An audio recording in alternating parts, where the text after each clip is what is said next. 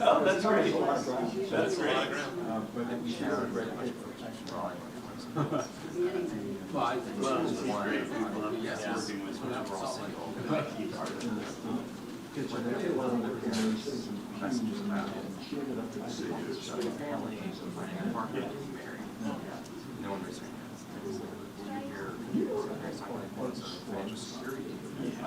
I know Bud very well. I don't know who will Jeremy. Okay, I'll tell Bud.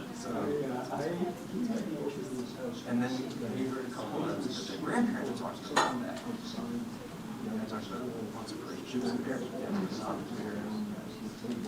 there's a generational. You mean his kids, right? Yeah. Yeah, Bud. Oh, really? That is.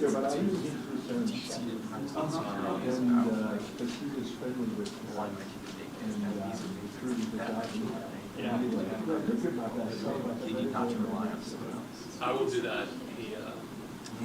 He is a long-time friend of mine. Well, he failed intro to econ, which he needed, and my dad pulled him through intro to econ on the third try. He'll always come to me and be like, I owe you. Like, you don't really. Should I start? Oh, it's So anyway, there's the right to backlash on the introduction. Can I tell you one really quick one? It's very fast.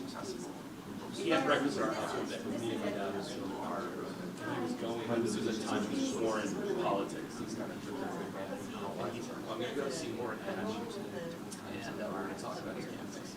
I need to think of 10 reasons why I want to be such a at the end of that meeting, Oh, I love that. Yeah, I have to see your story like that. Thank you. I want to welcome everybody here today. I want to welcome all the people online. We have a long list of your questions, so thank you for sending those to us. It's a real honor to be doing this. It's a double honor. The second one I'll get to when I introduce the panelists, but the first is that it's really great for us at Brookings. We're very happy to be cooperating with Brigham Young University to offer this really important survey that we are in the 11th year of the American Family Survey. It's sponsored by the Wheatley Institute and the Center for the Study of Elections and Democracy and the Deseret News. Those centers are at Brigham Young and the Deseret News. I was thinking about this week, and it's particularly appropriate to have this at Brookings. One of the most heralded book written decades ago by a Brookings scholar is a book called The Futility of Family Policy, written by Gilbert Steiner. And it was an important critique of how difficult it is for government to have a policy on family. And I've thought that the time may come for a book that takes into account what Steiner said, but might be called The Inevitability of Family Policy, because everything that government does affects family in one way or another. Daniel Patrick Moynihan wrote a book called Family and Nation about 30 years ago, talking about this. And I personally think that the family issue, the issue of families has been kind of caught in a sort of philosophical or ideological quagmire for a long time. And the word family has often been associated with conservative politics, and yet it's worth noting that one of the most vibrant institutions on the left end of American politics is called the Working Families Party. As a Marxist might say, it's no accident, comrade, that that party is called the Working Families Party, because it is about, it's concerned with the struggles of poor and working class Americans who are trying to build strong family lives and help their kids thrive in this world. And so Brookings is very much of the view that before you opine or offer policy, you ought to pay attention to the data. And that's why I'm so pleased that we're doing this today, because before we write any books on the inevitability of family policy, it's good to take a look at the data. Where do we stand in our country in our attitudes toward the family? What is the state of the family? What challenges do people see? And so we're in for a real treat today. I think we are first going to have a presentation of the survey, what the findings are this year, including changes that they've seen, the scholars have seen over the last decades.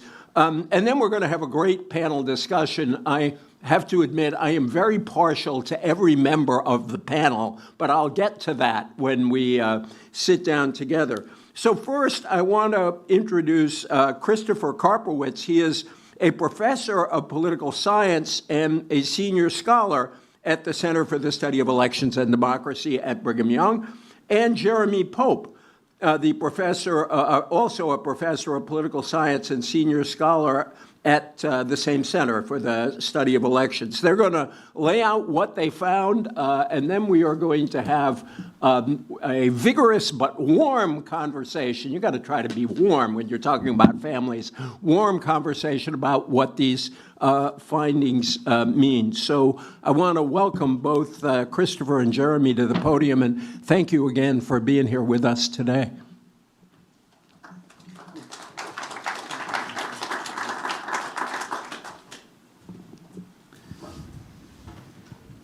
Thank you, EJ. It's wonderful to be here.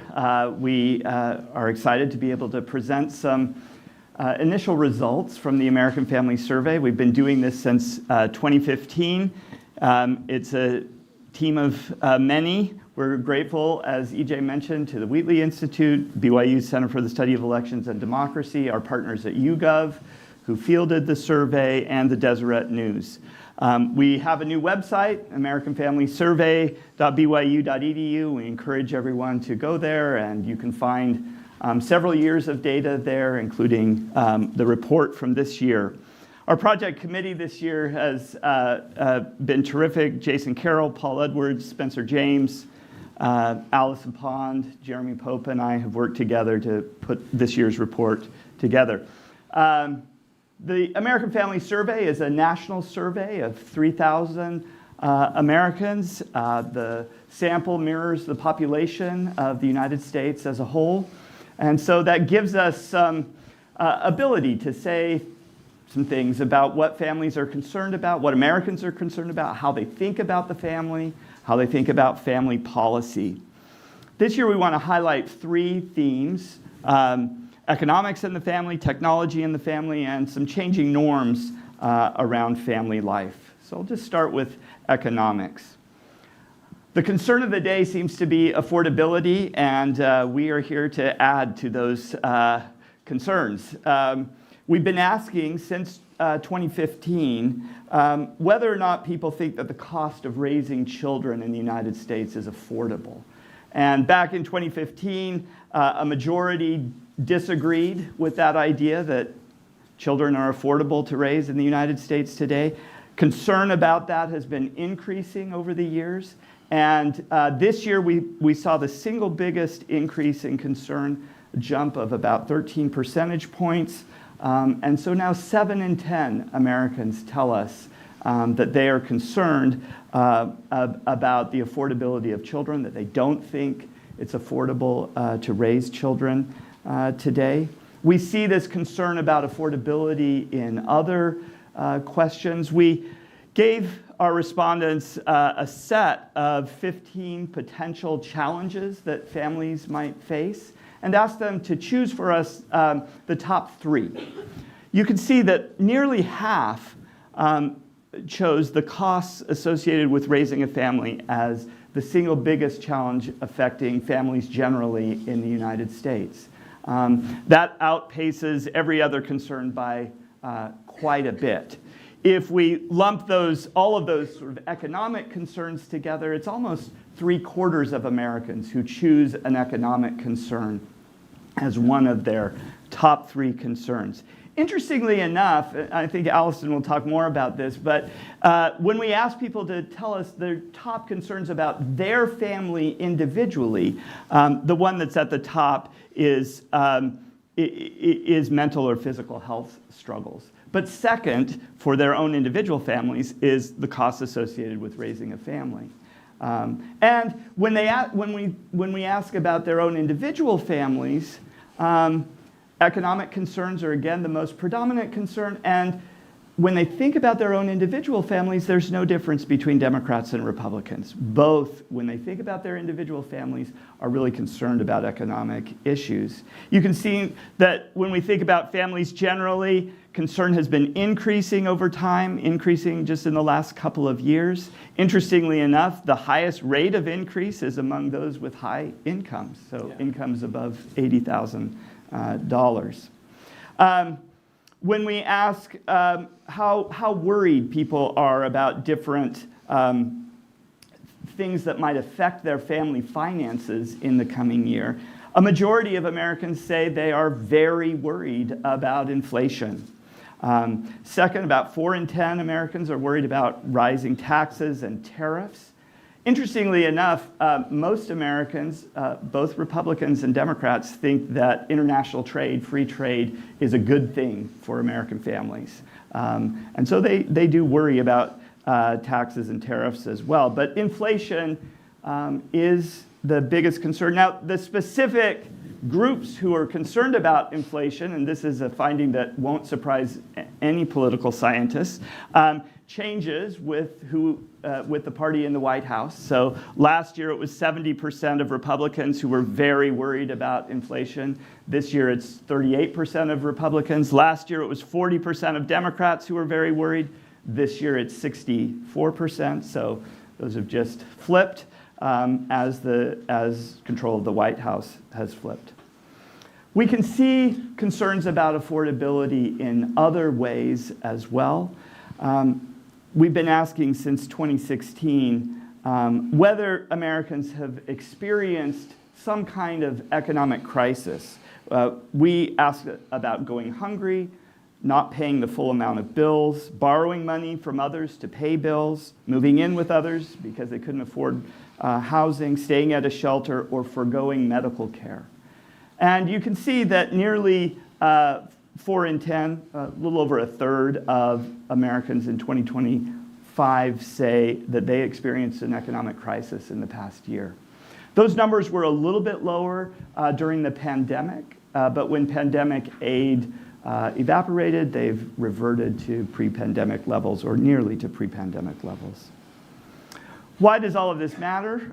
What is the effect of these sorts of economic concerns? One is that people tell us that insufficient money is the single biggest reason that they did not have children, that they reduced the number of children that they had or planned to have. Over 4 in 10 say that insufficient money is a barrier to them choosing to have children. So what can be done about this? Well, when we ask people whether or not the government should give aid directly to parents or invest money in programs and institutions, the plurality answer, the majority answer for Democrats and independents and the plurality answer for Republicans is do both. They would like to see both kinds of assistance given. When we ask about things like universal daycare or increased child tax credit or direct payments, you can see that there's a strong level of support for those things. There's majority support among Democrats for all 3 of those options. And there's majority support among Republicans for increasing the child tax credit.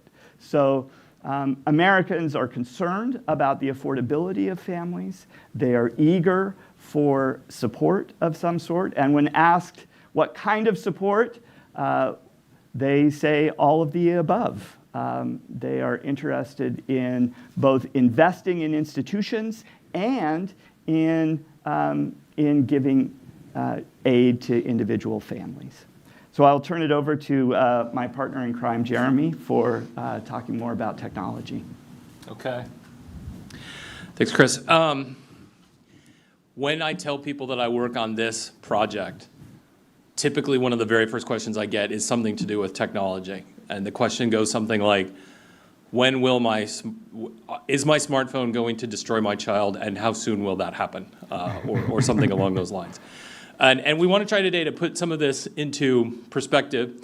This is just a general question asking people about whether certain forms of technology had a positive or negative influence on their family life. And there is a lot of neutrality on this. Certain technologies like artificial intelligence are very new, and people don't have strong opinions about this. I would say that in that area, the public just doesn't know yet. Social media is also something of a mixed bag. A lot of people don't particularly have strong opinions about their family life. Smartphones, there's a little bit more positivity, because when you ask people just a straight up neutral question, is this positive or negative for your family life? It's a mixed bag for them. They think about the ways that they can maintain connection, but they also think about the ways in which their kids stay on their phones too long and that sort of thing.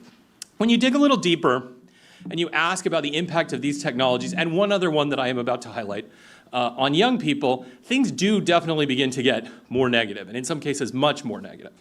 People worry a lot about the impact on their kids and their neighbors' kids and younger people.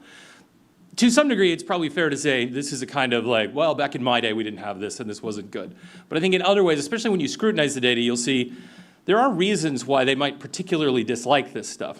Video games, you'll have 15% that think that's very negative. AI, it jumps a little bit. Social media, it goes up 31%. Now, online pornography. This is an area that I'm going to highlight because it is just different. People put pornography, especially I guess online pornography is what we asked about, in a different category than they put other things. And to be honest, I want to admit a failing, probably on our part, or I don't know if it's a failing, but we expected that when we asked about these technologies, that we would see people saying things like, well, social media, that's bad for young women, and pornography, that's basically bad for the boys. And we anticipated that that would happen. We were completely wrong.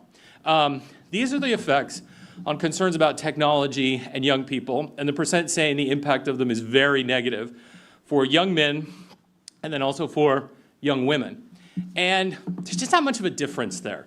A good person who talks about public opinion can spin a 5% difference into a good talk, but it's not a very meaningful distinction. And I guess the lesson I take from this, the public, and maybe they have more nuanced ideas and we need to think about how to ask the question better, but they don't draw a big distinction about these different technologies and how they're impacting people. And they are particularly concerned about online pornography for young people. 77% of Americans want age verification. For purposes of public opinion research in today's climate, that's borderline unanimous. People really do want that in some way. And our argument would be that, I'll say it in a slightly humorous tone just to clarify it for you, porn is special. You can remember that term as you leave here. We don't mean it in a good way. We mean it in a way where the public desires age verification as a policy in that area. I want to talk about a kind of growing indifference towards family. We've asked a series of questions where we ask things like, do marriages make families better off financially? Is marriage needed to create strong families? Is society better off when people are married? And so on and so forth. Some of them are negative, like marriage is old-fashioned and out of date. We don't see massive changes. It's not like the affordability question where we saw a big jump this particular year. But we see evidence of sliding. Now, the sliding is not, people are not deciding that families are old-fashioned, we don't need them anymore. The negative ones at the bottom of the chart have not jumped up. What we do see, as you look at the top, is a bit of a slide.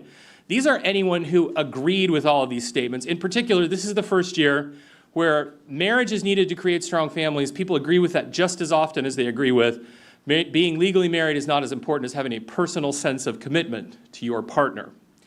Let's break it down a little bit further, though, and let's look at the strength of agreement within several of these categories.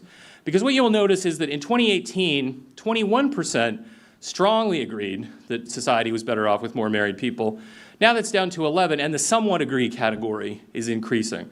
You can read, so I'm not going to go through all the numbers, but if you look at all of these numbers, people are sort of sliding into somewhat agree for all of these categories. They're not as committed to these ideas as they once were, and they're kind of, I wouldn't say hostile to marriage, but I would say that they are becoming more indifferent to marriage, and that this is a bad thing. There is probably a temptation to believe that this is a left of center issue. And that's true in a certain sense, but maybe not when you look at the totality of the data. So as a professor who sometimes teaches undergraduates about methods, when you're teaching them, you always tell them, and let's go back to 8th grade algebra for just a second, look at the y-intercept and look at the slope. And here on the screen in front of you, we've got it broken down, Republicans, Independents, and Democrats, but we're only looking here at those who strongly agree or agree. We've kind of tossed out the somewhat agree because they're kind of lukewarm on this particular question. And we're focusing on the question of how strongly do they believe that society's better off when more people are married. Now, if you look at the intercept, Republicans do much more strongly believe that. They're pretty pro-family. They were up at 67% back in 2018. Democrats are much lower, and I will just say here, I'm editorializing, I think Democrats are wrong, and people are on the left who not think that marriage is really important or that society is better off when people are more married. When you look at the slope, when you focus on like what is changing, you begin to see it is the case that there is kind of what we would call a secular, not in a religious sense, but in a totality sense, slide away from marriage. Republicans have gone from 67 down to 46, less than a majority now. Democrats have fallen as well, from 25 to 1 in 10. There is a definite shift in the way people believe that, well, their norms and their beliefs about marriage and how important it can be. Okay. What are we learning? Sorry, the slides are a little off there, but let me run through a few quick summary points and then we'll turn it over to the panel. Marriage may be healthy as an institution. In fact, I would argue it is. I think Chris would agree with me on that, but there are warning signs that we should worry about and that require the kind of conversation that EJ started us off talking about, where we want to talk in a cross-partisan fashion about this. And to sort of jumpstart that, a theme that Chris and I have both talked about is there are blind spots on each side of the political aisle that we think deserve attention. Democrats are too unwilling to recognize marital benefits, connections, ameliorating inequality, community. There are good things that marriage does, and I think on the left they're not seeing those. Republicans don't seem to see how financial challenges are pushing people away from marriage and family. Government could help. I know we're in a time of straitened budgets, but there are certainly things that could happen. We don't currently have a kind of full spectrum party pushing marriage and family in the way public opinion expresses it. People are wary of technology, but they want online pornography regulated. And I emphasize again, that is a special category. That is as close to unanimity as you're going to get in any policy issue these days. And lastly, people want government to do something about inflation. They think this is a big problem. There are partisan differences, but the most pressing theme that is out there is affordability. You're hearing a lot of Democrats make hay about that in the most recent elections. And I think in certain ways, although they didn't use the same term, Republicans benefited from this back in the 2024 elections. We'll close by saying, why are there two political scientists up here talking about family? We just don't think people think as hard as they should about family and how it is impacted by politics and how it impacts politics. That's why we keep doing this survey, and we're going to continue doing it to get people to think more about these issues. Thank you very much.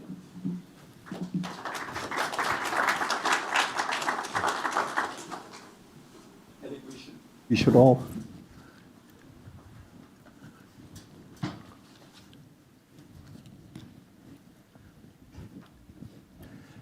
Thank you so much. As our respondents come up here, thank you so much for that really fascinating and provocative presentation. I mentioned my hope for a kind of dialogue that might lead to better policy across some of our lines of division. And the line that came to me this week was from one of my favorite lines from John F. Kennedy.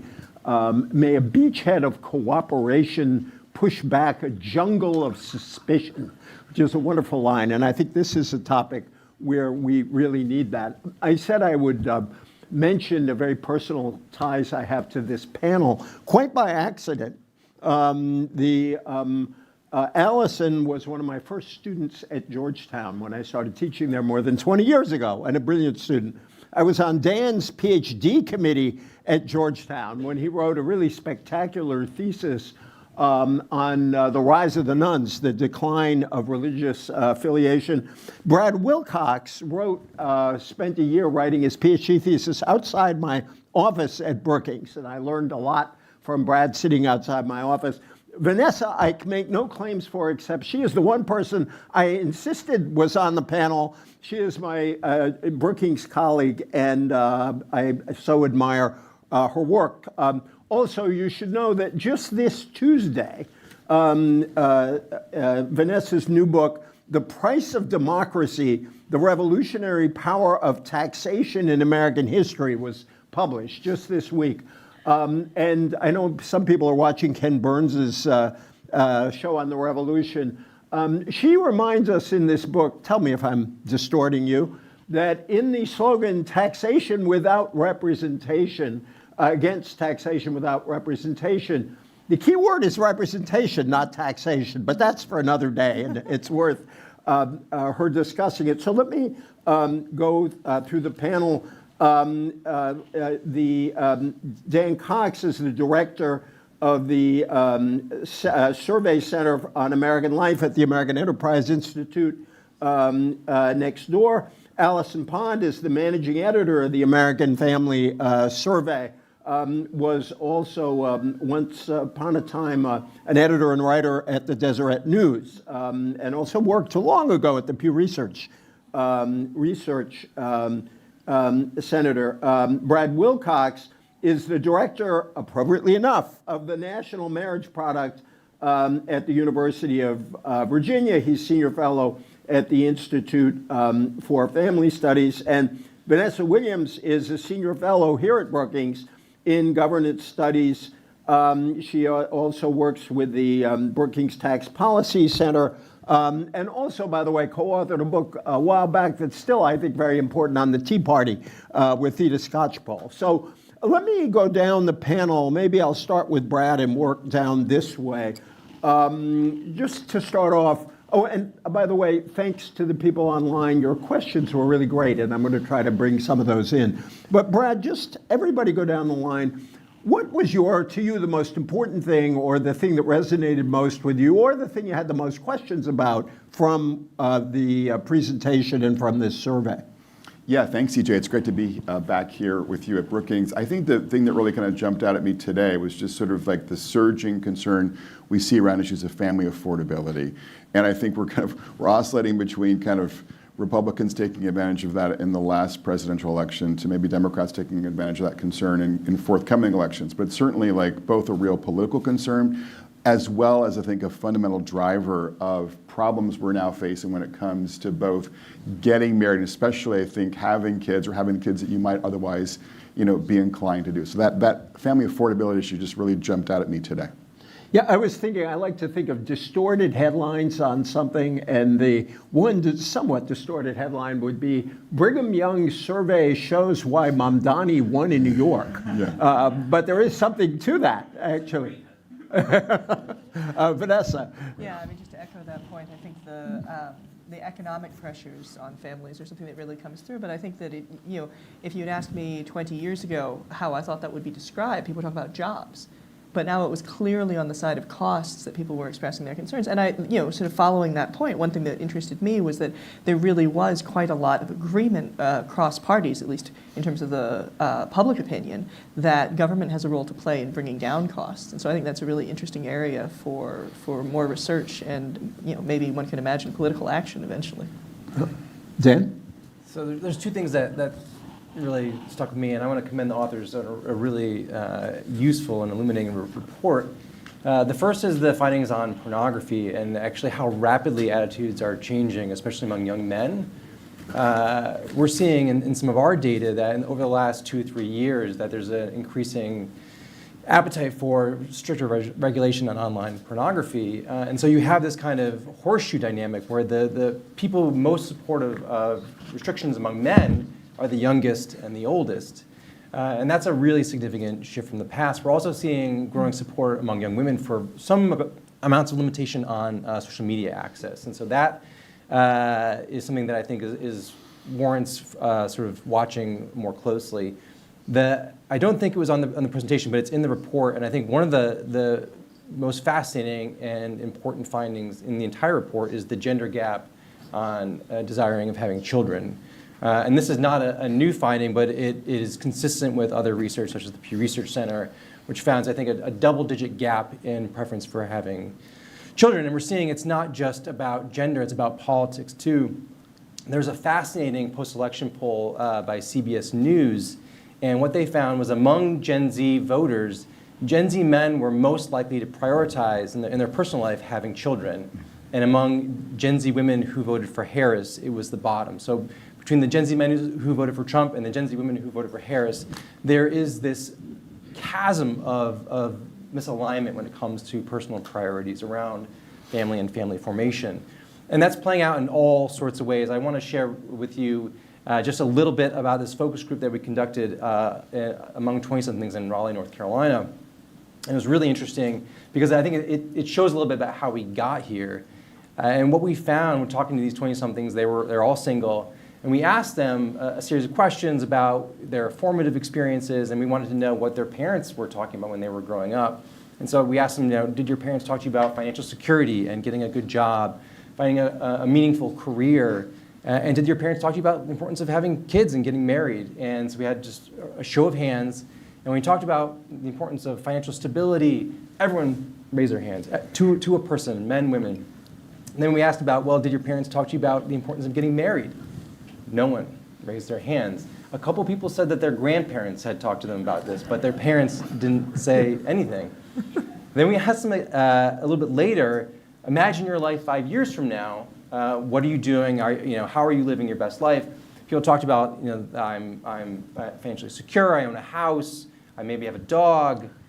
Some people mentioned a partner, many did not. And then we asked them, well, what does your ideal life look 20 years from now? Mm-hmm.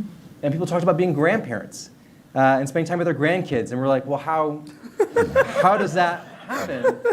And so I think that there is something that is shifted culturally, and I think it's sort of being absorbed by this generation and thinking about how they're prioritizing their sort of personal life. So I was thinking they're very rational, skip the hard step and go straight to grandchildren, but that's fascinating. Allison. Yeah, there's a couple of things that stood out to me, and kind of reading between the lines of the data at the personal experiences that people are expressing through what they tell us. One is when it comes to what Chris brought up about the most important problems facing families, and with affordability, cost of raising kids right there at the top, especially when they are asked what about families generally, what they're facing. When they're asked what are the top problems you're facing in your family, and the way this was asked is we gave them a list of 12 and they could choose the top 3. Mm-hmm. The number one that was chosen the most often was mental and physical health issues. And the number 2 was tension. Well, number 2 was the cost of raising a family, but then there was tension within families. And so when people are sort of thinking globally or nationally, they're bringing up things that are more economic, they're naming more in nature. And when they're asked about their own families, they're saying things that are more emotional. And but I don't think that's a contradiction, because I think that's the expression of some of the pressures and the stress on parents and the not enough jobs, good jobs for parents. That's how it plays out. That's how we're seeing that they're expressing what that's like in their own family. And there's, I think, ways for us to talk about addressing both the upstream and the downstream when we think about the impact on families of this stuff. The other thing that stood out to me is when it comes to regulating technology for minors. And we mentioned the findings on pornography. We also asked about age gating social media. We asked about and some of these are a lot further than maybe can be seen as more extreme than others, but should you hold social media companies liable for the harm that they cause minors? Should we require them to disclose how they rank or how they promote content to minors? Should we have parents consent to downloading an app? Should accounts be private? And it was really stunning how little opposition there was, really no meaningful opposition to any of the regulations that we asked about. And that may be about the particular regulations, or it may just indicate an overall appetite for some kind of help or support for families. We also asked if they talk to each other about, if other families talk to other parents about this, and some do and some don't, but there was more support, much more support for people saying if other people did more in their families, then it would help me in mine. So what it just feels like is that the technology and the use of technology, and especially among young people and families, is not as much an individual matter as it is a social environment at this point, and that maybe people want restrictions, or maybe they just want shared social norms around this, and they definitely don't want phones in schools and classrooms was another thing that they told us. And so I think there's a real conversation to be had about the community taking this on as a shared responsibility rather than this individual thing that parents need to manage with their own kids. So That's a great observation. Just to go to Dan's point, asking you about it, you mentioned the various stresses that people emphasize, not just economic, but also mental and physical health challenges. Do you think that has a lot to do with the gender gap that Dan is talking about, that young women in these surveys feel they are much more likely to bear the burdens of family formation and having kids? Allison? sorry, repeat the first part of that again. You talked about the various stresses that people feel family life can create. And this gender gap that Dan describes is really important it's important, period, and it has important implications. Do you think some of that gender gap comes from young women feeling that in the end, not only will they probably pay some of the bigger professional price, but also emotional price of family formation and having kids?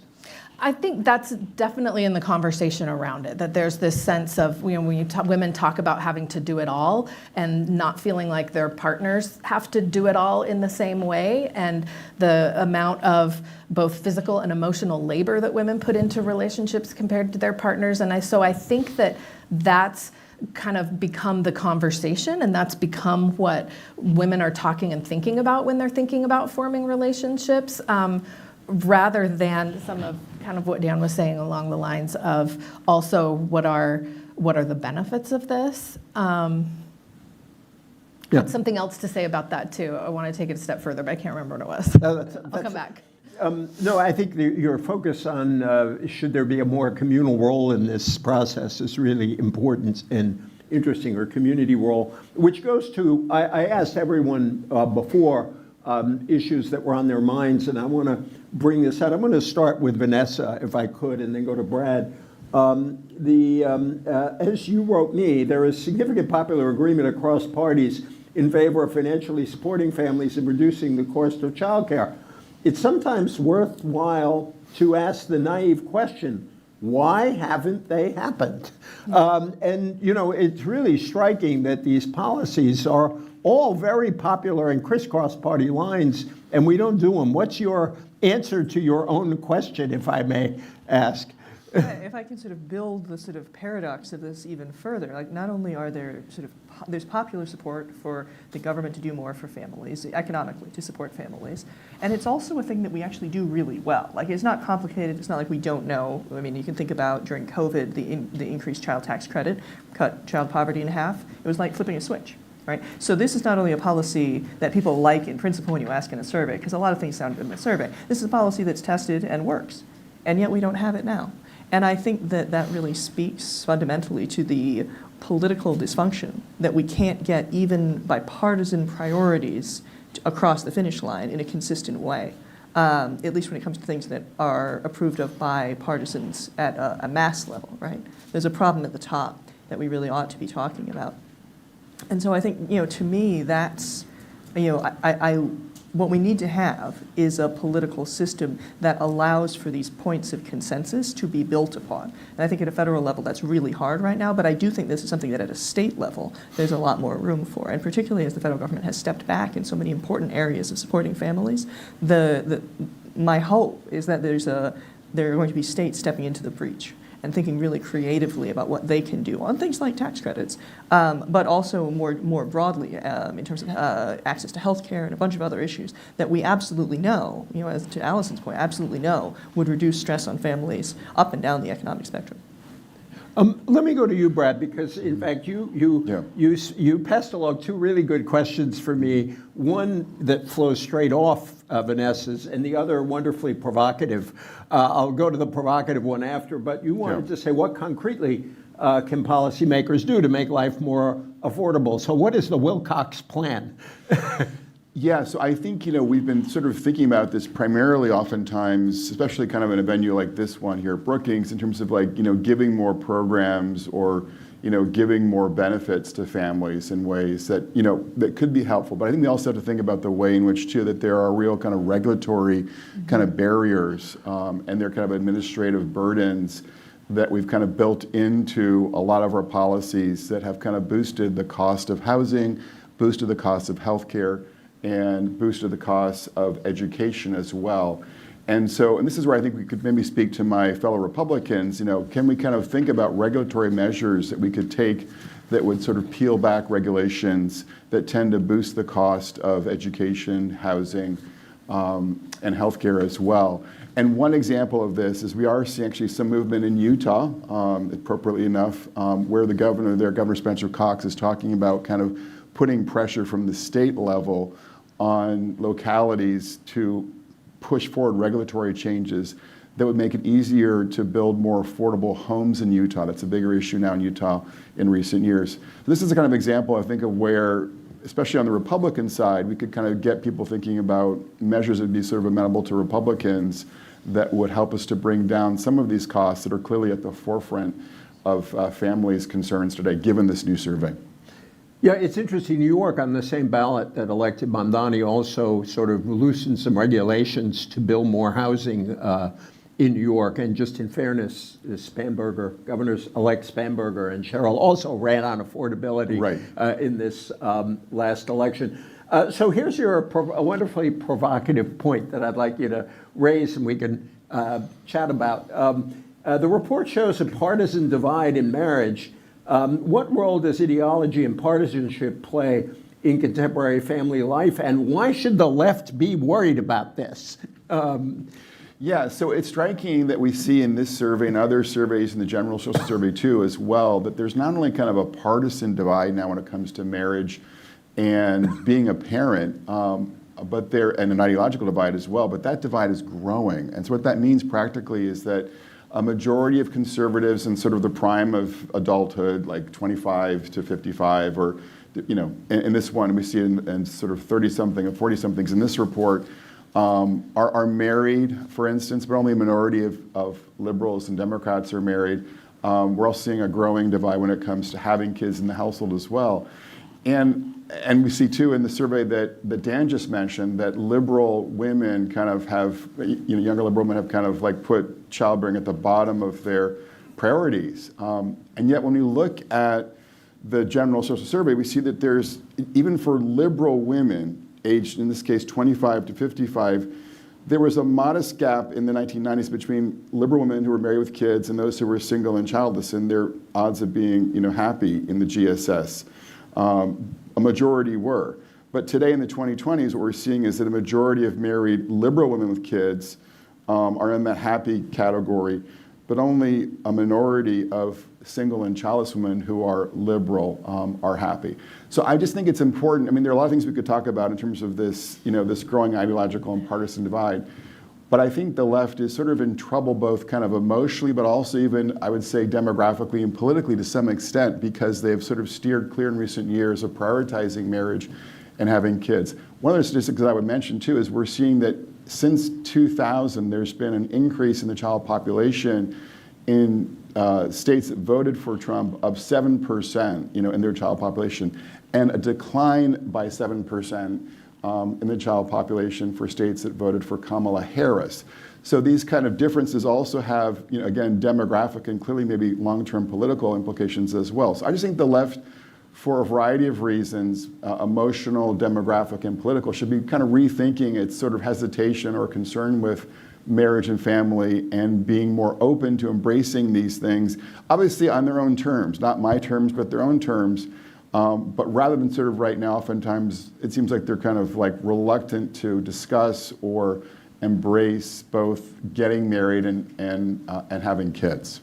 I want to go to Vanessa, EJ, but I want to go to one Dan finer first, and point? then to Vanessa, whom I think it's fair to describe you as a liberal woman with kids. And so I think it would be interesting for you to respond to Brad, but I wanted Dan to respond to this partly because I also wonder if this partisan divide is partly that gender divide, how important that gender divide is to the partisan divide. But just you've done a lot of great data work on this, including, by the way, Dan did some really path-breaking work on, if you go historically, women have tended to be more religious than men, and I think we all know that many congregations would fall apart without the support and the work of women inside those congregations.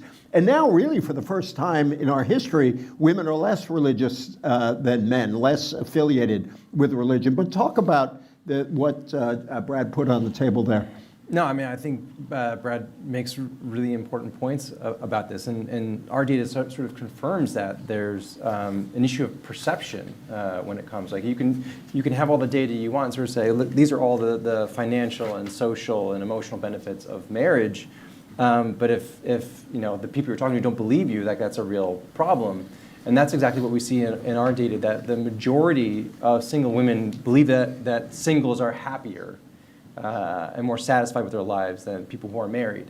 And so it becomes like a tough argument, and especially if you look at the media consumption and the messages that they're getting tend to be pretty extreme. It's either these dating disasters and husbands and partners being terrible, or sort of perfect relationships, right, which are idealized and not realistic. And so there's not really a good model, like this is actually what a productive, healthy relationship is online. And so much of this stuff is now part of the algorithm. So you're just getting the same kinds of messages over and over and over. And it really has a formative effect on how people are viewing these institutions.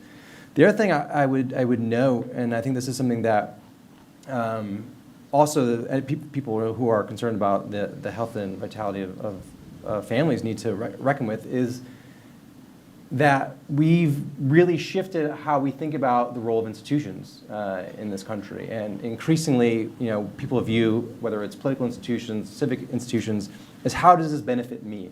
And even when it comes to marriage, like what am I getting out of this deal? As opposed to what can I help build? How can I sacrifice or be of service to my partner, my community, my country? And that's a generational change. I think it's happening broadly, but I think you really see it among young adults. And I think partly, again, it has to do with the way in which they were raised, sort of the formative values that they were exposed to. We asked this really interesting question in a recent survey, what I call the Lake Wobegon question, if those familiar with Garrison Keillor, this fictional Minnesota town, where the women were all good-looking, or the women were strong, men were all good-looking, and the children were all above average. And we asked people, did your parents think you were average growing up? And for Americans over 50, most said yes, like my parents thought I was kind of an average child. For young people, they rejected that. They did not think that their parents viewed them as average. And in part, I think it's not terribly surprising that They viewed them above or below average? Likely above. Yeah. Partly because we're, and I have two kids, I'm guilty of this myself, is we have smaller families, we're investing many more resources into their various activities, into their accomplishments, and we're telling them, like, it's really important for you to do well and to succeed, and this is what it looks like. And often that doesn't include sort of relational modeling. I think that's really, really important when you sort of think about how we can support families. Thank you. I want to go to Vanessa. I just want to say for years we have 3 kids, and I've always said that we have a 1950s Catholic family discounted for inflation. And now I realize from this survey that that's actually a smarter way of putting it than I ever thought because of this affordability thing. Vanessa, come on in. That. Yeah, I mean, I'm married with 2 small children of my own. They are the joy of my life. I don't know. It felt to me in some of the conversation we were just having that the question was, how do you make people want something different than what they want? And I haven't the faintest idea how to make people want something different than what they want. If I did, I would probably make movies or sell products or something like that. But in terms of policy making, there's a thing that I do know, which is that we know how to lower costs, right? And I think you were raising this point before. If we're thinking about the just straightforward economic costs, not to your time and your other interests or anything like that, but just the straightforward economic costs of having children are borne heavily by women. That's just a reality. You're going to lose income, right? You face health risks, and the cost of healthcare in this country is immense, right? So if we want to talk about if it is a priority to make marriage easier, and I think it is a priority to make people happy, and then they can be happy and married if they would like. But if it's a priority to make marriage easier, and to having children easier, you have to address these fundamental questions about what do we do to make it so that you're not looking at vast losses in income in order to have children for at least one partner, right?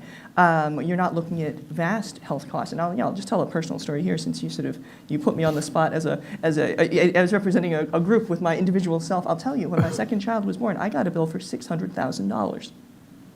It was an error. They had not applied my insurance. Okay, but I'm standing in the kitchen, my hands went cold, because if I hadn't been insured, that was the bill. $600,000, right? So you want to ask yourself, what are we doing that is making it hard to have children? I happen to be in a very privileged position, but that would have bankrupted me quite clearly, right? So I think when we're talking about what can we do, the answer is obvious, that we know how to lower costs. And those are steps we should take, whether or not marriage results in happiness or just not being in medical debt results in happiness. Both of these things could well be true. These are obvious steps to take. And I'll say one more thing on the subject of sort of demography. You were raising the question of what their future generations. I mean, I can't help but bring up the question of immigration, because we are creating some real challenges to the safety and security of millions of American families right now. They may not be citizens, but they are here, and they've been here for years, and they deserve to raise their kids. And we're putting an absolutely horrific level of pressure on those families right now. So if we're going to talk about what it is to care for the children in this country, I don't think you can take that question off the table. Thank you for that. Yeah, I very much agree, obviously, or at least obviously for me. Let me ask Allison, you marinated yourself in the data, and then Brad wanted to come back in. I'm going to go to the audience, and I am going to ask some of the excellent questions we got online. You marinated yourself in this data. One of the things that, and Dan and I have talked about this in the past, how much of this marriage flight among women is connected to their attitudes toward men in this generation? And what are you learning in this data that explains this split, either partisan, both the party split and the gender split that we're talking about? Mm-hmm. I don't think we've looked at that in exactly the same way that some other people have when it comes to what women think about men. But finding the whole concept of marriageability, finding someone that you can marry, that you want to marry, is increasingly something that women are talking about. I'm kind of going to veer just a little bit, because I want to go back to what Vanessa was saying just about immigration, because that was something that we talked about that we delved into this year, and that we asked people about in terms of their opinions on immigration policy and whether it should favor reuniting families, the favor for policies that separate people from their children. And we're seeing this increasingly enormous split between Republicans and Democrats. It really jumped this year. And in terms of Democrats being very against the family separations, and Republicans more and more just in favor of anything that almost just completely stops immigration, and that's like their sole priority. So there is, I think, a conversation to be had about that in terms of, if the concept of family is important to us, how is it woven into just the values of all of our policies across the ways that comes through. So I just had to kind of throw that in. No, that's really, it's troubling in a way, and it was troubling and helpful to understanding what's going on. Brad, you wanted to come back in. Yeah, I guess two quick points. One is I think, and this is kind of picking up on Allison's point too, I think that sort of as I talk to young women at UVA, where I'm teaching, there are concerns about both, in a sense, it's kind of a classic concern about gender equality in the family. That's sort of one concern, right? But there's a different concern too about kind of the lack of male agency and sort of the lack of male marriageability that they're also sort of witnessing among their peer group. And I think those two things, I'm a conservative, might be somewhat in tension, right? So I think one of the challenges that we have to wrestle with kind of going forward is sort of, can we figure out a way to both practically in terms of the technology front, which came up today in the survey, but that also in terms of culturally kind of build out a new model of masculinity that I think is distinctive for young men and compelling to them, which may not translate into kind of a complete 50-50 model when it comes to family life, but that does kind of give them a greater sense of agency, purpose, and direction. So I think that's something we need to be kind of working on. And certainly a lot of young men that I speak to are just very worried about the men in their social milieu, brothers, potential boyfriends, or now husbands as well. And so we've got to be thinking about this issue, again, from my perspective, not just in terms of the sort of gender equality or equity issue, but are we creating a culture where kind of men can really embrace the responsibilities when it comes to education, work, and family life? And on Vanessa's point, I mean, I think I agree with you. We have to think about ways to sort of, as I think the survey makes clear, to kind of make family formation more affordable. And there are certainly policies, I think, that can be helpful in that regard. But again, I think all of us, regardless of our ideological or political commitments, have to understand and appreciate that even in contexts now where there are very generous family policies, I'm thinking of Northern Europe, for instance, we are seeing in the last decade dramatic declines in fertility. So Finland, Sweden, Denmark, these are all Norway, these are all countries that are seeing dramatic declines in family formation. And so I think we have to just, again, have some greater emphasis on the cultural value and importance of family. We do, I think, need to figure out, and I don't have the answer myself, but how do we make, either marriage and or family itself a greater value, a greater priority among young adults, including when it comes to sort of like putting more of a focus on encouraging them to date as young adults and get the ball going. Because again, even in places that have what I think probably you would view as like very good policy context for family formation and family, and rearing a family, we are seeing real troubling trends that I think have a cultural, component. Can I follow up on that? Yeah, go ahead. You and Allison, and then a couple of people online asked questions related to what Brad, the fertility, replacement issue. Go ahead. Yeah, I think this is exactly right. And this is an honest question I don't know the answer to. Are people in those countries who are not having, are they happy or are they unhappy? Right. So that's sort of the first piece of it. Sure. And then Right. I guess the sort of the other question I'd have is just like what are the levers do you think? It's true. Like I try not to be an evangelist about everything that I love because I have a very strong tendency in that direction. But I'm really happy with my family and kids. We're doing great. But I think I had a ton of privileges that made that possible. But what are the levers? If I can say, okay, child tax credit, we'll do this and that'll achieve X, Y, and Z. What are the levers that you're imagining culturally that would make these changes? So that's two questions, I guess. Yeah. Just quickly, I would say to your question, I think actually the levers actually revolve a lot around women who are more high status and who have a kind of cultural platform in one domain or another, like yourself, being much more articulate. No, I'm serious about kind of the benefits of being married and having kids, like all the joys that they get from taking their kids to the park on a Saturday morning, from watching their child play, like I'm thinking my kids playing basketball on a Thursday night at school. Like, I'm obviously a conservative Catholic. I can talk about these things, ad nauseum, right? But I think it's really important for people, women, especially on the left, to do the kind of thing that I do in their own terms and from their own perspective much more regularly in public. It would be part of my answer to your question. Mm-hmm. What about the people in Finland? Are they happy? So all I have is data right here in the United States. And all I can tell you is that we are seeing not just, again, that liberal women who are married with kids are happier than their liberal female peers who are single and childless. But it looks like the divide, even among liberals, between women who are married with kids like yourself and liberal women who are single and childless, is growing. And so I think we can just do a better job of.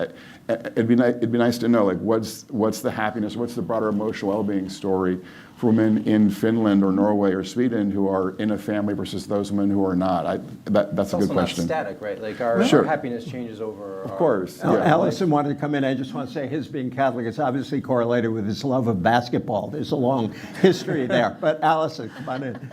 Well, it's just interesting as we're talking about this, how much of it has to do with perception and messaging, and where do we get our ideas about family and our aspirations about family. And I think when some people are retreating from marriage, some of that is ideology, and some of it is their lived experience. Some of it is just the information that we're consuming. Dan mentioned the algorithm, and once we get one message, we're just going to get it like times 1,000.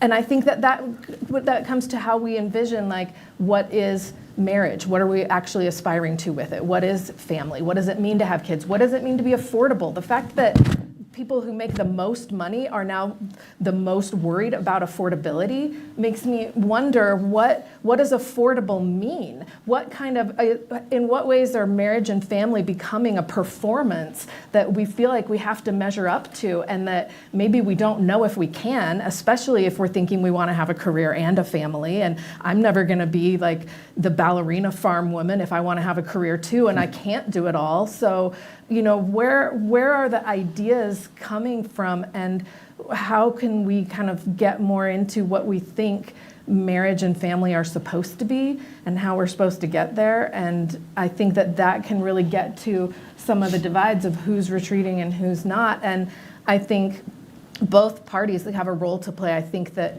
we say we want Democrats to step up more and talk about this, and I think that Republicans can also help by not trying to corner this issue and claim it for themselves and say how bad liberals are on this issue. I think that kind of entrenches the divides in a way that's not always super helpful, and so I think there's ways for everyone to kind of come together on it. Did you want to respond? No. Just by the way, to the people out there, one specific question that relates to this: is there any combination of pro-family policies that has successfully returned the total fertility rate to replacement level after it dropped below that point? And the only time I can think of is you clearly had a big drop in the fertility rate during the Great Depression, and that the baby boom, which I am thankful for since I'm here, was partly a response to the end of the Depression and the end of a Great War, and we had this huge bump up. And maybe some of us of a New Deal bent would say, aha, the good old New Deal policies, more economic equality, that really helped, but it could have been other things. So let me just toss that out. I would also say that there was a profound sense of optimism, right? That was at the heart of that too. Like, at least in our data, we find that people who are pessimistic about their own place in the country, or that are concerned about climate change, these are people who are much less certain about their interest in starting a family. Where people who are generally optimistic about the future, they tend to be much more inclined in that direction. So I think like that to me seems like so much of the news people get, not just on social media, but on our politics too, has been pretty dire for a while. Yeah, I think hope matters so much to political and social life. And that, let me toss this to everybody, or related to that. I've been struck for the last 15 years at least of two kind of left nostalgia and a right nostalgia. And it's sort of toward the same things, but they are very different. The right is nostalgic for the family structure of the 1950s, and the left is nostalgic for strong unions, better distributed economic growth, rising wages, you can't have one without the other, is sort of my gut feeling. I'm curious how you react to that. I'll go to you, Vanessa. You gave me a wonderfully, I couldn't say, it wasn't querulous, it was doubting, but interested look at what I just said, so I'm curious. Oh, I was just curious what you thought the nostalgia would be, and I found it very convincing as you explained. No, I mean, to me, I guess I would put this in I'd put it to the panelists who actually study this stuff. I would like to know more about how these attitudes about marriage relate to other issues about loneliness and friendship. Yes. Right? Other kinds of, which is another thing that I think is part of that. I was wondering if it was going to be part of the nostalgia, I guess was the look that was crossing my face. Yeah, because of It's the for a strong sense of time. community and civil Yeah. society. And so, yes. and this maybe relates to the technology component that we were talking about earlier, that as I drift into middle age, I worry that younger people aren't having the same opportunities to build friendships. Just platonic friendships, never mind finding a partner, it's an even higher bar, one assumes, right? What do we know about how to help people form just intimacy of all types beyond just this question of marriage, right? And is this a technology problem? Is this, or is this nostalgia misplaced? I don't know. I think some of the most important work being done at the side of politics that should be political is like the alliance between Chris Murphy and Spencer Cox of Utah on loneliness and social isolation, which is clearly a problem we confront. Brad, you were sort of nodding in various points. I mean, on the point about policy, I think there is, some good economic evidence that, part of the baby boom was really kind of driven by affordable single-family housing, and I think that's going to be part of any kind of solution going forward. Yes. But on the I think the broader kind of concerns that you're articulating about young adults, I think this is where the kind of digital revolution has been so devastating. And certainly Dan's work on friendship and male friendship, the disappearance of male friendship is, I think, one example of how this is playing out. So it's I think, a cause of real concern. And I think, to be frank, subcultures or cultures that don't figure out a way to deal with the digital revolution, protect their kids from its worst excesses, are going to find their numbers shrinking dramatically in the coming generation. So this is a real challenge for all of us, and me as a parent. How do we kind of protect our kids and our young adults more generally from the kind of anomic and isolated and digitally distracted turn that a lot of young adults are kind of getting enveloped in? And Dan's work really speaks to this. Yeah, I would say as part of sort of the nostalgia narrative, that I feel like kids running around the neighborhood, lightly supervised, in the knowledge that neighbors will look out for them if need be. They are out till called home for dinner. That is, I think, deeply embedded on both the left and the right. They believe that is a pro-social experience, and I think going back to our conversation on the important sort of financial stakes here, in our data, what we see is that there's a profound class divide in the decline in social relationships and friendships, that Americans without college degrees have witnessed a much deeper and more significant deterioration of their social support system than college graduates. And what's basically happened, at least as we see it, is that the social infrastructure that supported those relationships has gone away. So you think your union halls, churches and places of worship, veterans orgs, were really critical to a lot of working class communities. And as they lost members and disappeared, there was not that sort of connective tissue that people could rely on, because so many of our relationships are formed not just out in the world or on social media, but through these kind of intermediating institutions, whether it's the workplace. Schools are really important, churches and places of worship too. And so that, I think you can't address our social challenges without talking about those, the health of those institutions.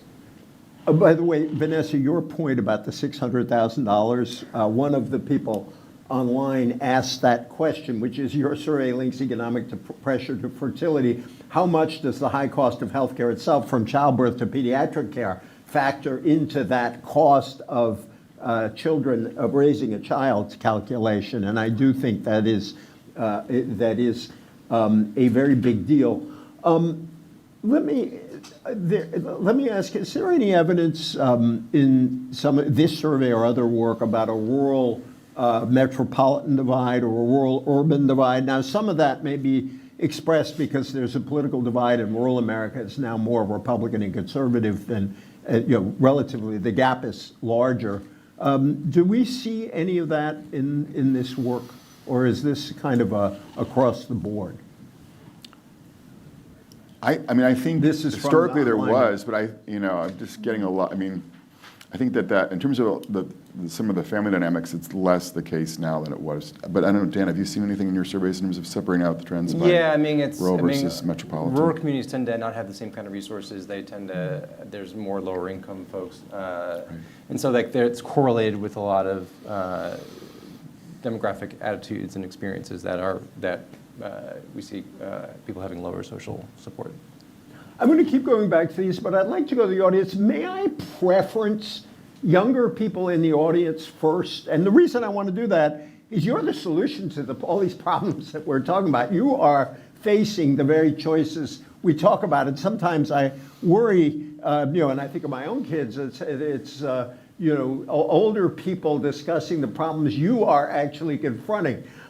So if anybody wants to, I see, would you come on into the, bless you for that, thank you. Because I would like to see how this conversation sounds to you. Hi, I'm a student, I'm 19, and I think the first thing that struck me was that like when we speak about young women not wanting to enter into relationships with men, what you spoke to as being a college professor really resonated with me. Me and my friends joke about how you don't want to be in a group project with all the boys in your class because they're not going to do anything, they're not going to respond to your emails or your text messages. So I think the first thing that struck me is how do we make young men be appealing partners? Like, you don't want to marry somebody that's not going to do the dishes ever. So how do we encourage That's the young headline men? of a great piece, by the way. Yeah. You should write that, but go ahead. And then I guess also, if I can add a second question in there, we didn't mention at all reproductive health care. And I think to young women that matters. If I'm going to have a kid, I'm going to want to know that I'm going to have access to a good OBGYN. When we look at like headlines that speak about like women who had pregnancies that were super dangerous, not being able to get the reproductive health care that they needed, that makes me scared to have a kid if I'm possibly living in a red state where I worry about reproductive health care. Anybody want to respond to that? I just want to say your answer reminded me of one of the, I was at a forum some years ago at Fordham University, and the abortion issue was raised, and former Senator Bob Kerrey was on the panel, and he just said a fascinating thing. He said, imagine a young woman, single, working in a factory in North Carolina. Alas, in certain ways, those factories have moved offshore that he was talking about, but working in a factory in North Carolina. And imagine that her job gives her a decent wage so that she can raise the child, medical care so she can bring the child into the world and take care of the child, and health care afterwards so that she's covered. And then he said, imagine a world in which her pay is low, she has no health coverage for either the birth or the child. And then he looked at the audience and said, under what circumstance will this young woman choose life, to put it in the terms of the debate at the time? And I always thought that that point you made is very powerful about how people make these choices. Anyone else, any other younger person? I hate to put you, oh, there you go, thank you. I hate old people putting on people on the spot like this, but I'm doing it anyway. Go ahead. Hello, I'm Amelia. I'm 21, so also very young. I deeply resonated with what you said. I think as young women, when we think about our family planning, we think about having to make immense sacrifices for our career.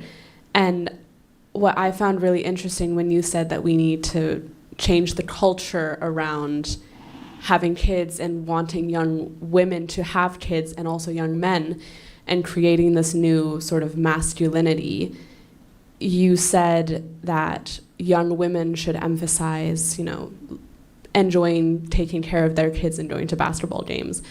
But I feel like we're quite clear, at least young liberal women are quite open and very concise about what they want young men to be as partners.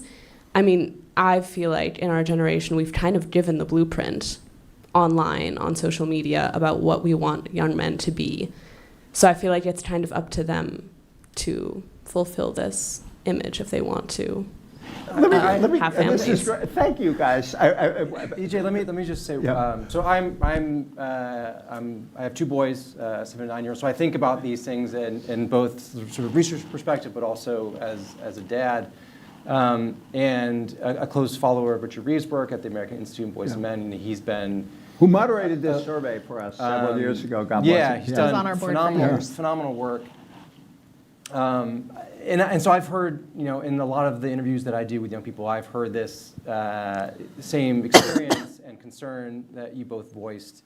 And I do think a lot of it comes down to providing really good models for young boys and young men. I know Richard talks about this. Like, my son is going to be a fifth grader in his elementary school and never have a male teacher during his entire time in elementary. And I think that matters. I think that promoting a culture that values relationships really matters. Not just romantic, but friendship too. And I think that's something that also we don't, I think, put enough emphasis on, and as part of sort of how we educate and socialize. So I think like that all matters. And we find in our own research that the single men who do most well in the dating market have the largest social networks, right? So not only are they meeting people, but they've had opportunities to sort of develop social skills, learn empathy, all the things that are valuable in a romantic context as well. I can't help with the dishes part, but I think like providing them opportunities to learn relational skills and seeing models of that, I think is really, really important. Do you want to please come in? Yeah, I mean, I think it's just important. I mean, and I hear the same viewpoint expressed by, I'm teaching family policy at UVA right now, and some of the women are kind of basically sort of saying, well, it's their responsibility to kind of basically man up and get their act together and become, more compelling people and partners. And there's a certain truth to that, right? But I think we have to acknowledge too that we have, I think, made kind of decisions, often implicitly, that have, led us to a place in a world where a lot of boys are floundering in our schools, where, I see when the awards are given to my, kids in middle school and high school, it's overwhelmingly given to girls, where, a lot of our guys are not doing well in the workplace in their early 20s. A good friend in Nashville talking about how in her workplace, in this kind of high-end business, it's the young women who are like, they're doing well, but the guys are just kind of slackers. But anyways, there's a whole set of I think kind of cultural issues and challenges and policy issues and challenges that have kind of led us to a place where, again, a lot of boys and young men are floundering, and that makes it harder for people like you to find a good man to date, mate, marry, and have kids with. But again, I think my challenge to you is to sort of understand and appreciate that it might be the case that we need to do more to kind of expose our boys and young men to other men who are kind of good models for them. And also, again, to give them a clear, model to embrace, a clear mission to embrace that is somewhat distinctive, and that isn't necessarily going to be about just, splitting the chores in the household down the middle. Something that they can kind of lean into and embrace as this is what it means to be a man in the 21st century, in the family and in the broader world that is somehow distinctively masculine. And if we don't do that, I fear that we're just going to kind of see more of this process where a lot of boys and men are experiencing what I call kind of like the male malaise, which you understandably find distasteful in your classes and in your broader experiences with young men when it comes to dating as well. Vanessa, do you have a thought on this? Oh, I was just going to say that I think marriage is a group project, and that is one of the best sort of shorthands. That is actually how, in my mind, you should be thinking about, what you're signing up for. It really is like, can you work together, And I think that's I don't know. I just really like that you raised the example of group projects. Yeah. Yeah, because when I hear this, I struggle with in other words, a lot of what Richard has written, what you're saying about young men, it's clear that young men face particular problems at this moment in our society. That's true. And then we have a son and two daughters, so I hear these discussions among them.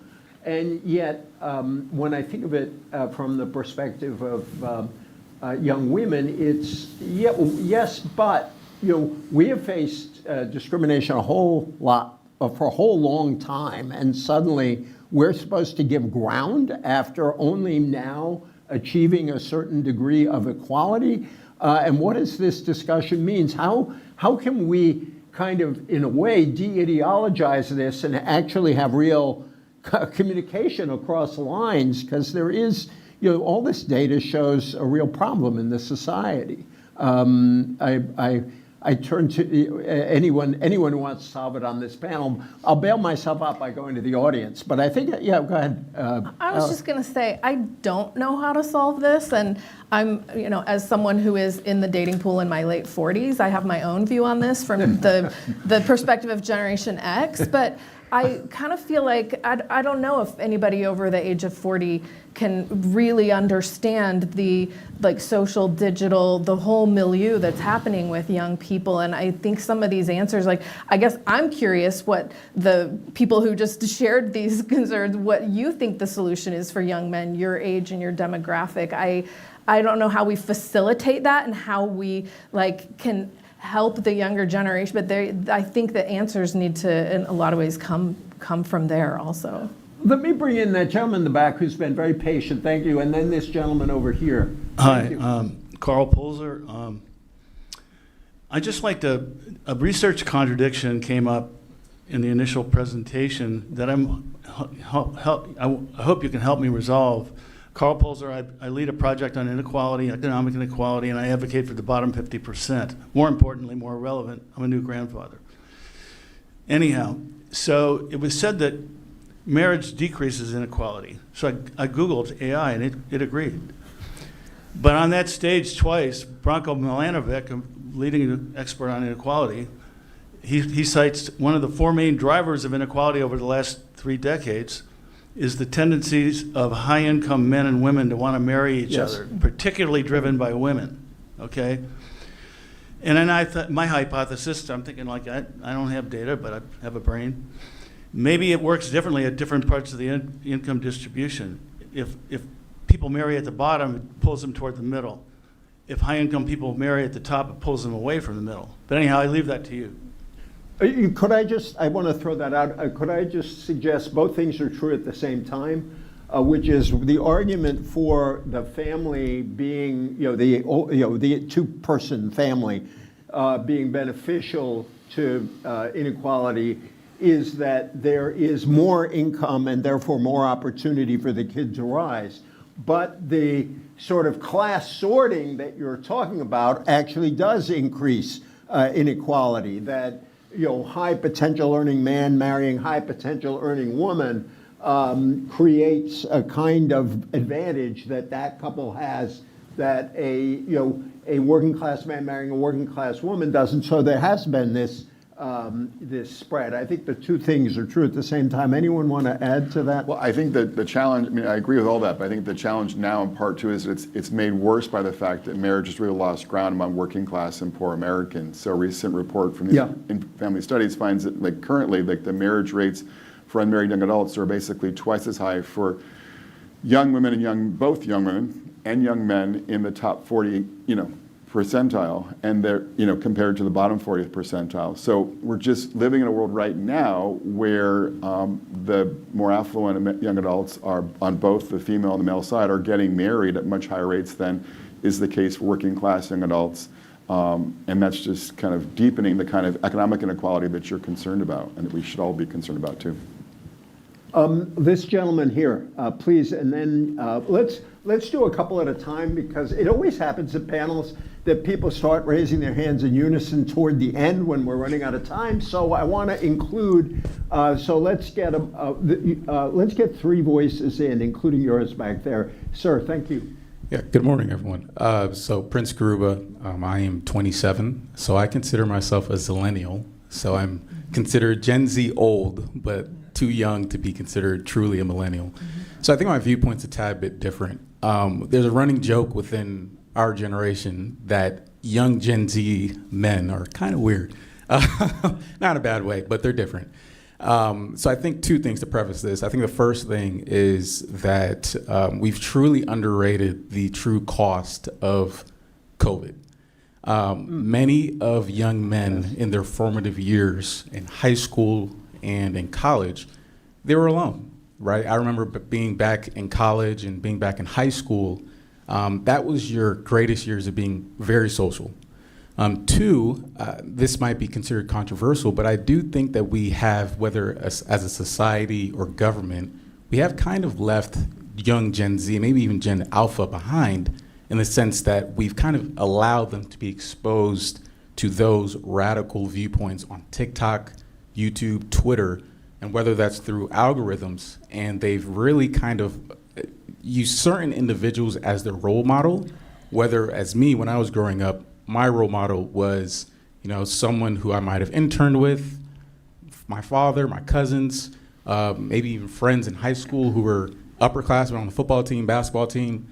Young Gen Z didn't get that. And we shouldn't be truly surprised to see they lack social skills and lack any ambition because they just didn't get that. Well, that's powerful. Thank you very much. Keep that in mind. We'll get back to you. Why don't we go over there and then to you, I promise. Hi, my name is Janina. I work here at Brookings. I am Swedish. I've lived in the US for 5 years. In Sweden, we are happier and we marry at very low rates. So I think that's also a paradox that maybe you guys could speak to. I married myself. I have one child. And I think from a Swedish perspective, now I work here, I've worked since I came to the US. From a Swedish perspective, the female labor force participation rate is very high. I think it's one of the highest in the world. Fertility rates are low. They're also low and falling in the US. And so I think one way of looking at it, I believe, is to look at instead of saying we want people to do, to Vanessa's point, it's hard to make people want something that they don't want. But what we could look at and ask people about, and women in particular, I think, is what they want. What is it that they want, and what are the constraints that they are facing? And I think perhaps it's suggestive in a country like Sweden that the labor force participation rate is high, fertility is still low. So perhaps the very family-friendly policies that we enjoy in Sweden and many other Northern European countries have translated into higher labor force participation rate.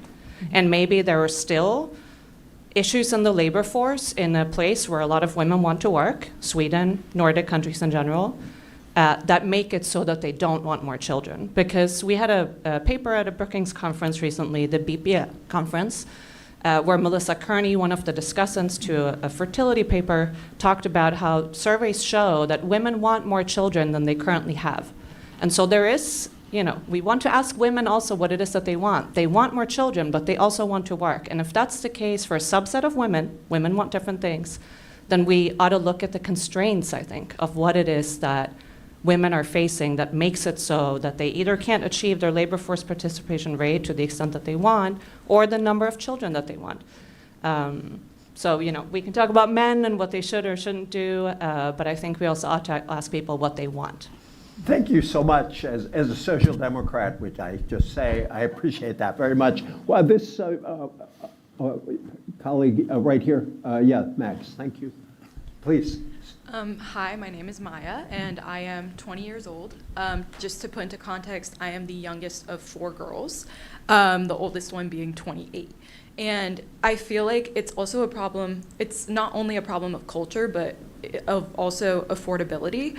I see the experiences that my 3 older sisters have. Everyone wants to get married. We come from like a fairly culturally conservative family when it comes to marriage. My mom is one of 8, my dad is one of 5, and I am one of 4. But I see the issues that my sisters face. Everybody has a master's, but their wages are not high. One of my sisters is still living with my parents. The one who isn't is living paycheck to paycheck. It's a big issue of income. And I don't know if a tax credit will necessarily solve the issue, because if you don't have the income to get a house or think that it's enough to raise a family in the first place, how will you get to the point of wanting to raise a family, if that makes sense? I think it's how does income play into that, and how do we make it get to a point that people are able to afford being able to pursue marriage in their minds? I want to thank everybody for these interventions. These are really helpful. I just want to mention a couple of things online, and then I just want to go down the line, starting with Brad, moving this way, if I could, for some closing comments. We'll go a few minutes over, of course, my favorite question was, how can the U.S. do a better job of sharing prosperity, which is dear to my heart, and I actually think is important to this underlying discussion. Very interesting observation about how it affects family responsibility, the shift from inpatient to outpatient care. It's not central, but I think it's actually there, and a couple of questions about education policy and how that affects all of these things. Thank you for the folks to the folks online. Brad, why don't you start, and I'll let Allison be the cleanup hitter. So I have kind of touched, obviously, on the way in which the left is facing some cultural challenges. I think for the right, we have our challenges, obviously, as well. And I think on the family policy front, though, in particular, I think we've got to figure out a way to sort of recognize and appreciate that unless we start to pull some policy levers, and they might be different than the ones that my colleagues here on the stage would advocate for, but unless we start to kind of pull some of those levers to address the kinds of family affordability issues that just came up, I think, in the last comment, all of us on the right, the center, and the left are going to be facing real, profound challenges in helping our young adults make that successful transition both into adulthood and then into family formation as well. So again, kind of thinking about how can we kind of take these concerns articulated about family affordability today and identify concrete policies that'll make it easier for young adults.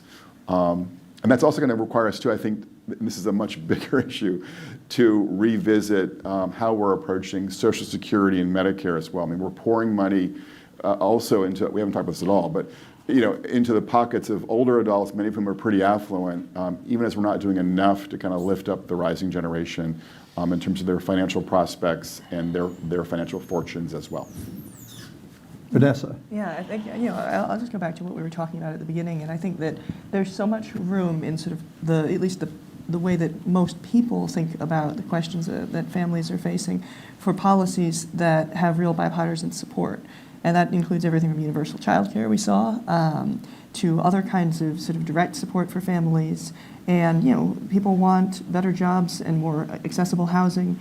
And there's just all of these policy levers available. And what my question is whether we can have the political will to actually achieve them.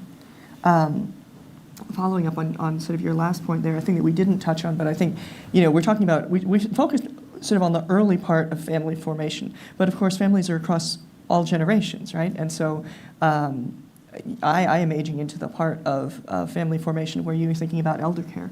So when we're thinking about what family support looks like, I think it's really important to remember that keeping, that trying to reduce the sort of dual crunch that comes from having both elders who need support and children who are still young. I think that's a really important part of the story. I really like the comment you made about marriage being a group project, and I think that no one, to our Swedish friend, is advocating that we should manipulate people's desires, but I think the research documents pretty clearly that personal preferences are socially constructed. So what we're exposed to, what models we see as being productive, effective, are ones that we gravitate towards. I think when it comes to the conversation about happiness, I think that that's sort of a problematic metric, that if that's the only thing that we care about, when in point of fact we know that a lot of things are important in living a good life. Richard Reeves, in fact, finds that for young men, one of the sort of key missing elements is purpose, having a strong purpose. So not that happiness is irrelevant, but we shouldn't focus only on that as the metric that matters. Thank you. Allison? Something that just stood out to me as a thread through a lot of the conversation today is it's about the way that we think about, I guess it's the group project. And to what extent is our culture, our society a group project? To what extent are, we have individualism and those values on one side and community support and institutions that support individuals, that support families, and with individuals feeling lonely. I think in a lot of ways some families feel lonely in what they're trying to accomplish. And, how can we shore up the supports for them, both structurally and then also on these individual levels, but kind of balancing that for just the well-being of everyone moving forward. So we want people to be happy and, yes, more people to be happy and purposeful. We want the next generation to prosper. We want families and communities to thrive and have the resources to do so.